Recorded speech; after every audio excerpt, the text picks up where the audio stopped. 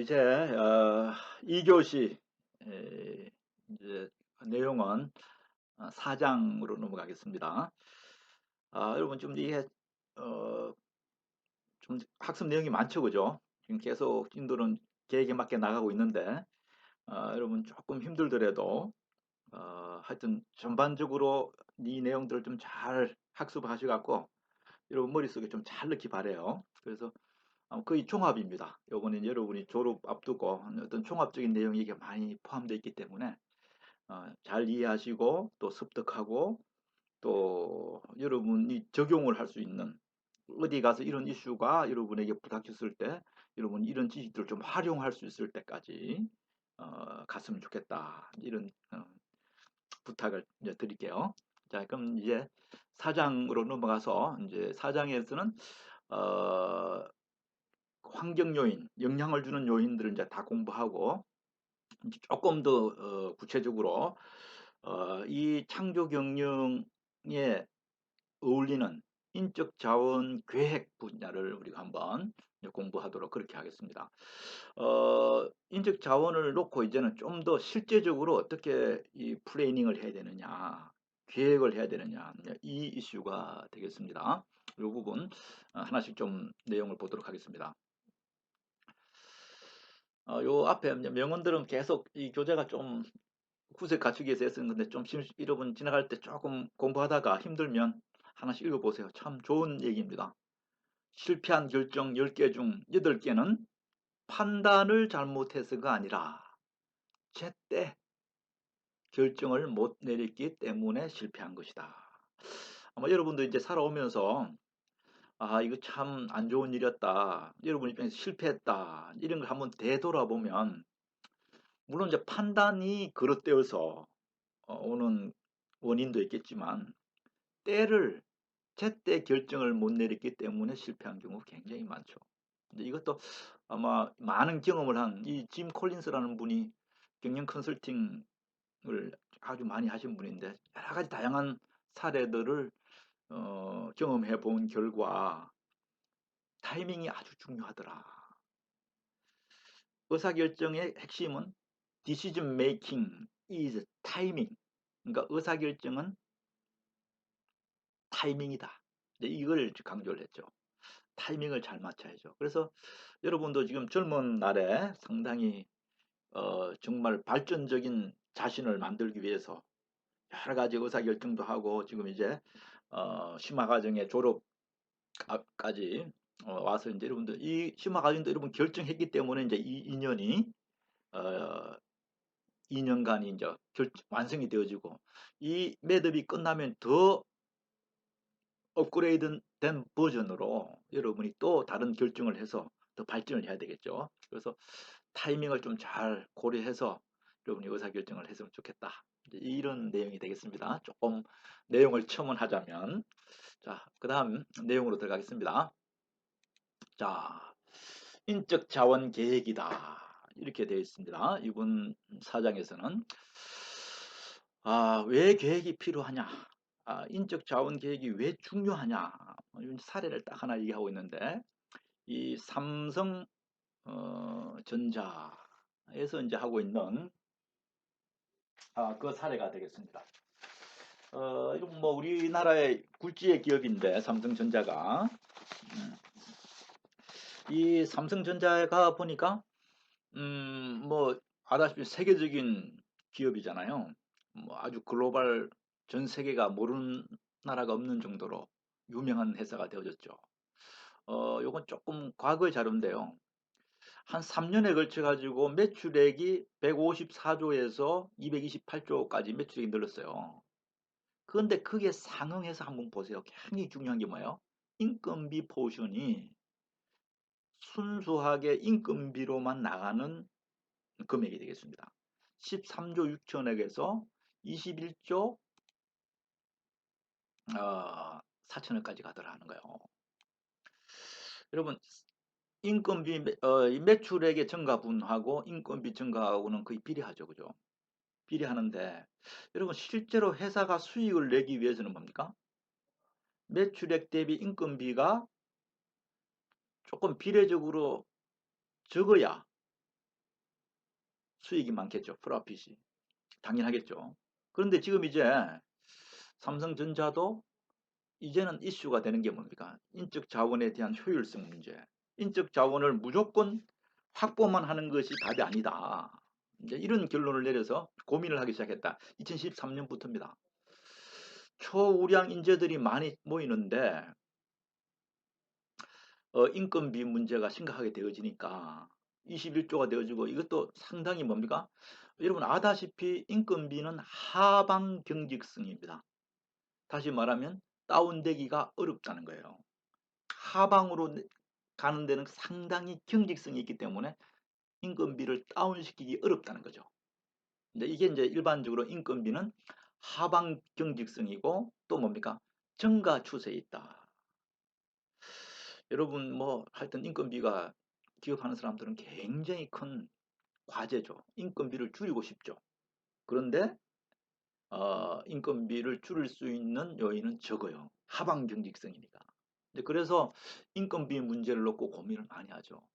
요즘 우리나라에서 여러분 뭐 얘기를 많이 들어봤겠지만 소상공인들 또 서비스 숙박 음식점들 전부 다 뭡니까? 가장 큰 지금 이 사회가 좀 불안하니까 또 유동인구가 유동에 좀 제한을 받다 보니까 장사가 안 되죠. 그러니까 제일 처음에 하는 게 뭡니까? 부담으로 제일 1번으로 다가오는 부담이 인건비 부담이에요. 그러니까 이제 사람을 줄여요. 그다음에 이제 뭡니까? 뭐 세금, 그 뭡니까? 어, 임대료 이런 부분이 심각해지죠. 이래 되어지니까 오늘 뭐 사람이 중심이 돼서 비즈니스를 하는데 이제 사람에 들어가는 비용 문제가 심각한 조직들마다 고민해야 할 이게 보시면 삼성전자가 지금 초우량 기업인데 이제 이런 고민을 한다 그러면 인건비와 인적 자원에 대한 고민이 없는 회사는 없다. 이렇게 보는 게 즉 타당하겠죠.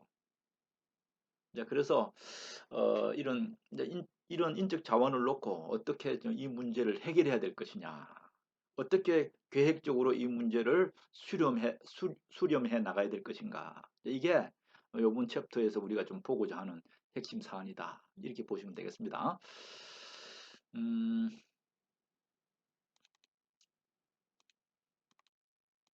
자, 그러면 우리가 지금 보고자 하는 인적 자원 계획이란 뭘 얘기하냐? 인적 자원 계획이 뭐냐? 여기에서 보니까 인적 자원 계획이란 정의를 이렇게 할 수 있습니다. 기업이 원하는 목표, 이게 이제 보통 전략적인 목표라고 합니다. 이걸 이제 달성하기, 이게 이제 계획이 나옵니다. 목표가 나오죠. 현재 및 미래의 각 시점에서 기업이 필요한 특성을 지닌 인원의 수를 예측하고 사내에서 공급 가능한 인력을 고려하여 수급을 조정하는 활동을 인적 자원 계획이라고 해요. 그래서 보니까 요 인적 자원 계획이란 뭐냐? 회사가 추구하는 목표, 전략적인 목표를 달성해야 하겠습니다. 그러니까 달성해야 돼요. 그럼 이 달성하기 위해서 사람이 얼마나 필요한가를 예측을 해야 돼. 그 다음에 지금 기존 사내외에서 정말 필요한 사람들을 공급할 수 있냐 없냐 하는 게 그러니까 수요와 공급을 맞추는 거죠. 조정하는 것. 이런 활동을 일반시켜서 Human Resource Planning, 인적 자원 계획이다. 이렇게 우리가 정의를 할 수 있습니다. 아주 중요하죠, 그죠? 목표 달성하는데 사람이 핵심인데 그 사람이 그냥 무조건 사람 필요한 사람 다 있냐? 그렇지 않죠.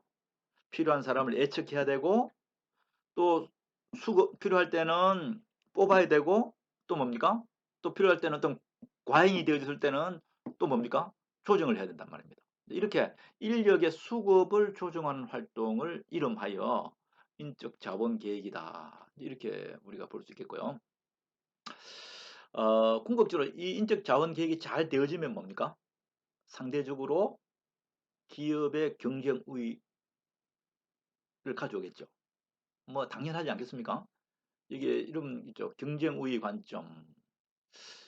경쟁력보다 유리한 고지를 선점한다는 이제 이거 그러니까 인적 관리가 자원 관리가 뭐냐? 인적 자원 계획이 타 회사, 경쟁사와 여하의 경쟁 우위에 가는가의 핵심이다. 여러분 그렇잖아요? 여러분 기업의 경쟁력은 무엇으로 비롯됩니까?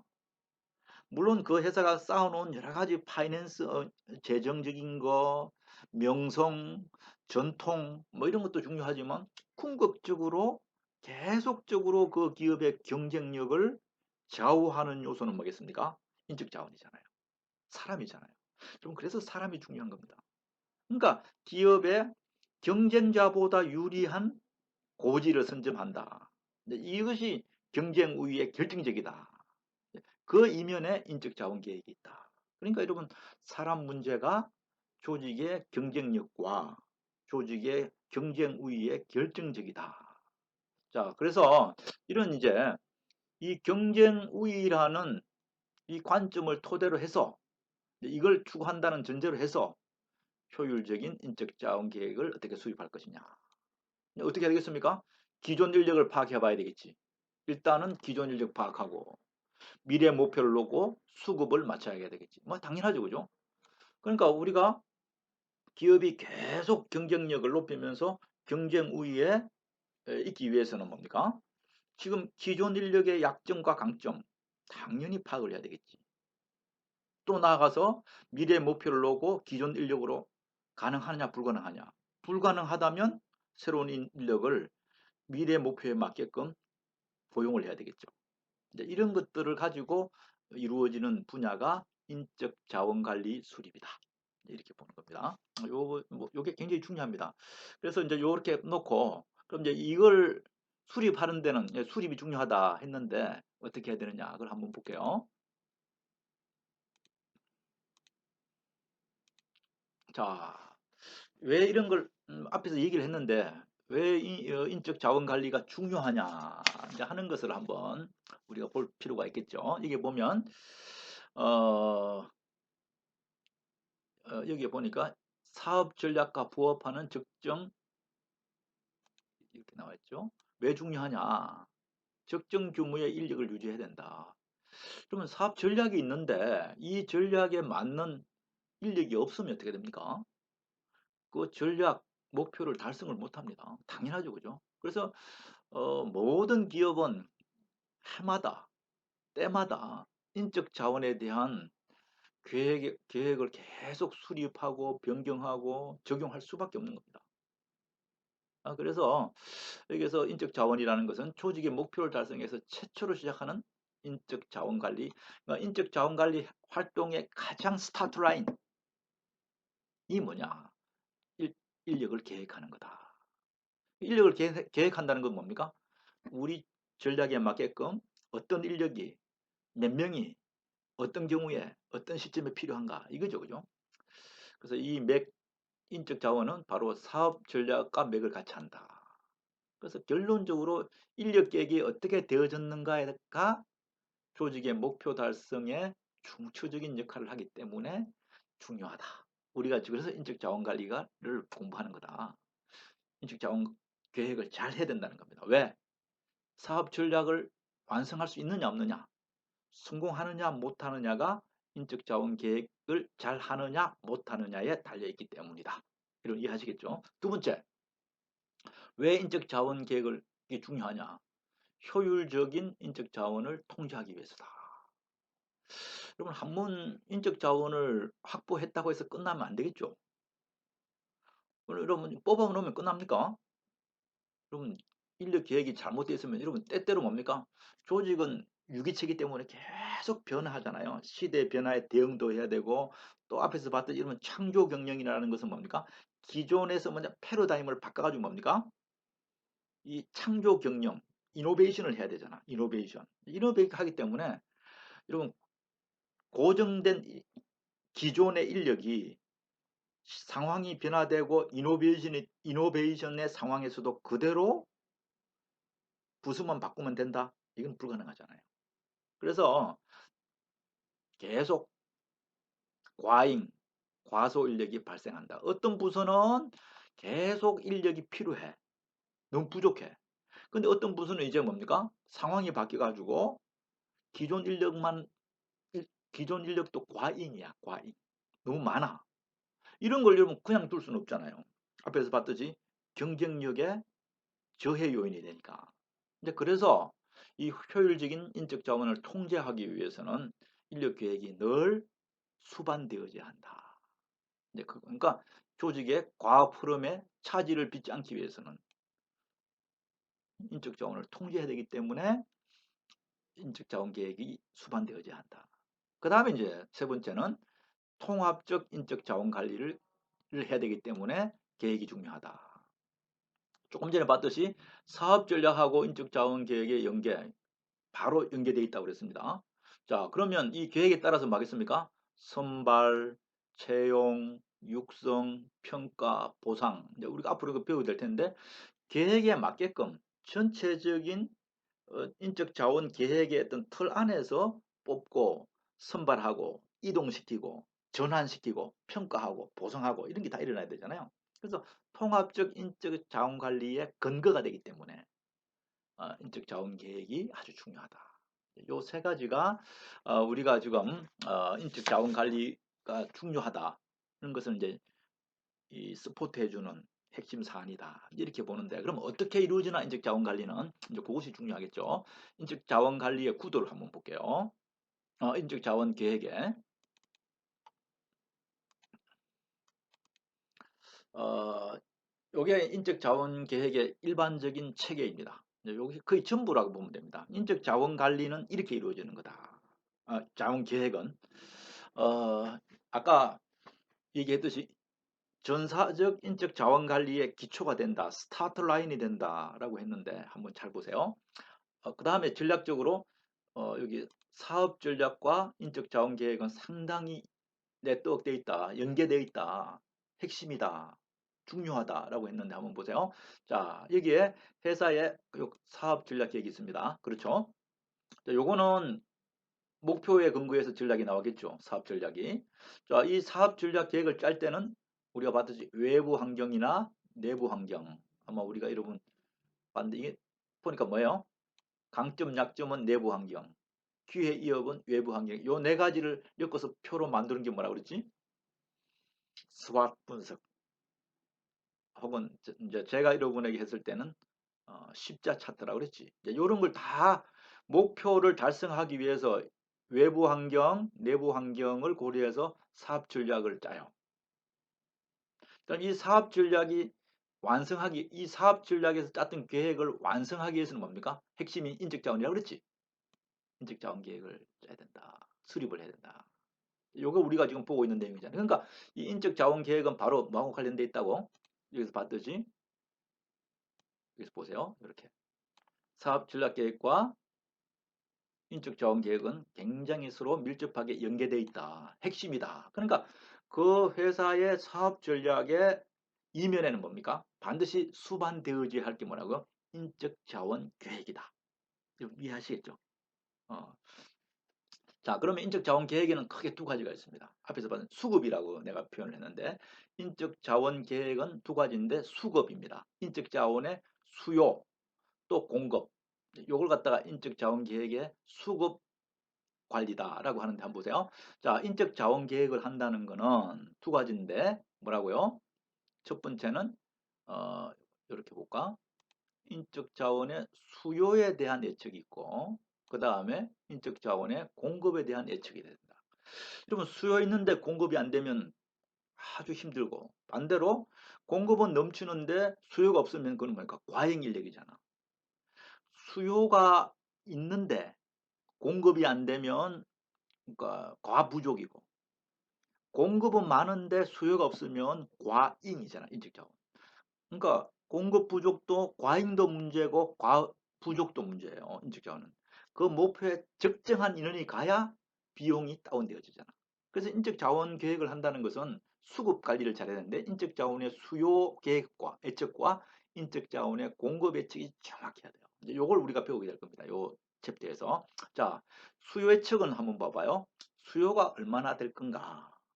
우리가 이 사업 전략을 펼쳐나가는 데 있어서 인적 자원, 합당한 인적 자원의 수요는 어떻게 될 것인가를 예측을 해야 됩니다. 그래서 예측된 인적 자원의 수요량, 여기 한번 보죠.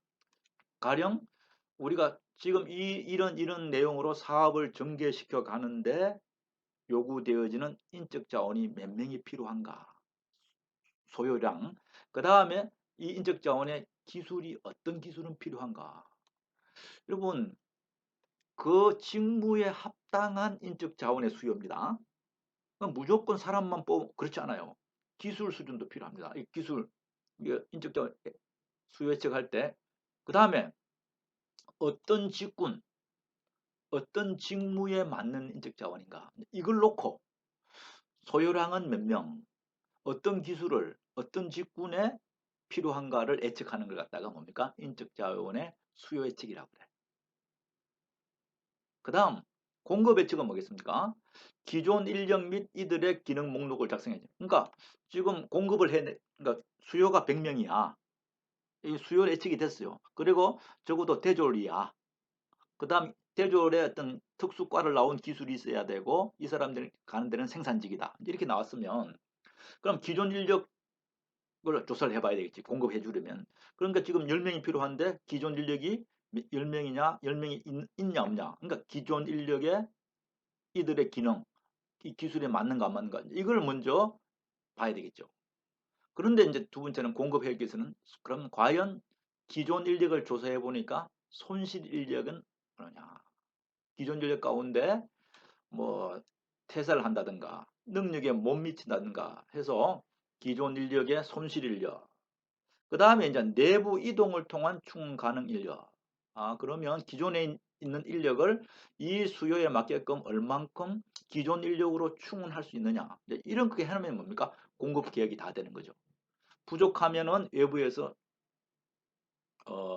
채용을 해야 될 것이고, 기존 인력이 있으면 기존 인력을 이제 대체를 하면 돼, 충원하면 될 것이고, 뭐 이렇게 해서 공급도 예측을 해야 되겠죠. 그래서 이제 수요 예측하고 공급 예측을 하는 게 인적 자원 계획의 핵심 내용이다. 자, 그러면 요 두 가지 예측을 해보니까 여기 한번 봐봐요. 요 파트가 있는데, 요게 가장 중요한 판단적 근거가 되는 경우입니다. 이게 뭡니까? 인력 조정이 필요하냐? 보니까 수요하고 공급 예측해서 딱 이렇게 계획에 한번 조사를 해보니까 인력 조정이 필요 없네? No. 이게 no가 나오잖아요. 그러면 뭡니까? 끝나는 겁니다. 인적 자원 계획, 지금 시점에서 인적 자원 계획에 어떤 변동 요인이 없어요. 그런데 대부분의 경우는 어떻습니까? 앞에서 봤듯이 시대가 이노베이션, 시프트를 된단 말이죠. 창조적으로 이제는 레벨업을 해야 된단 말이지. 이렇게 되어지니까 상당히 이게 필요한 경우가 많습니다. 여기 밑에 yes가 많아, yes가. yes. 자, 그럼 yes인 경우는 두 가지지. 자, 좋다. 인력 조정이 필요하다. 두 가지 경우가 있습니다. 한 개는 인력 부족이더라. 필요 인력이 부족하다. 뭡니까? supply and demand인데 demand가 더 많아.